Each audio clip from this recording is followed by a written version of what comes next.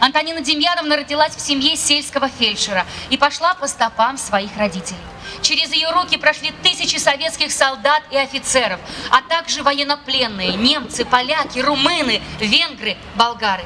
Она награждена сталинской медалью «Мы победили», орденом Отечественной войны второй степени, памятными медалями, знаком фронтовика. Антонина Демьяновна, вам слово. Уважаемые присутствующие жители, я хотела бы просто выразить величайшую благодарность людям, медикам, зараженным этим микробом милосердия.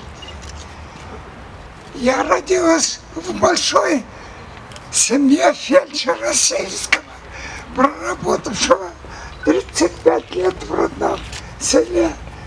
В медицине пришлось работать недолго. Но в конце, что я больше труженик тыла или фронтовик.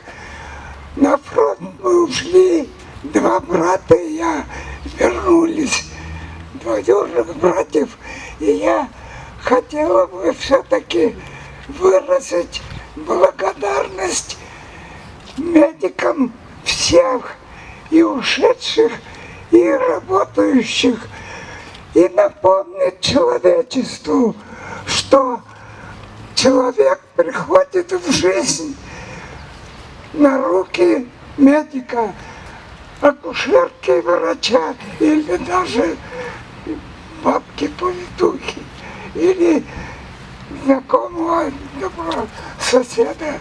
Вот. И я считаю, что благородно увековечить память не только тех, которые участвовали в войне, а тех, которые беззаветно служат на ниве здравоохранения населения всего. Хочется вспомнить, по жизни мне пришлось колесить по всей стране, как я в песне там говорится, жизнь меня по стране мотала, и под колеса поезда ко мне приходят сны, и мне всегда чего-то не хватало. Зимой, лето, осенью, весной. Это с Урала до Карпат, где закончили мы. Наш госпиталь работал санитарным для выезжающих из плена наших и работающих пленных немцев и других. Так что я немного там, вот 3 года работала, но благодарна всем медицинским работникам. Я завершаю 97-й год. У меня 3 дочери, старшую в Воркуте похоронила, старшую еще в Донбассе.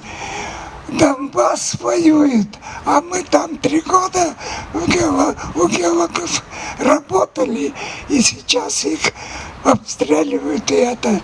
Но без медиков я к людям всего человечества обращаюсь, чтоб не забывали, что в жизни они приходят на добрые руки медика, будь это врач, акушер, или повитуха, бабка, или доброжелательный сосед.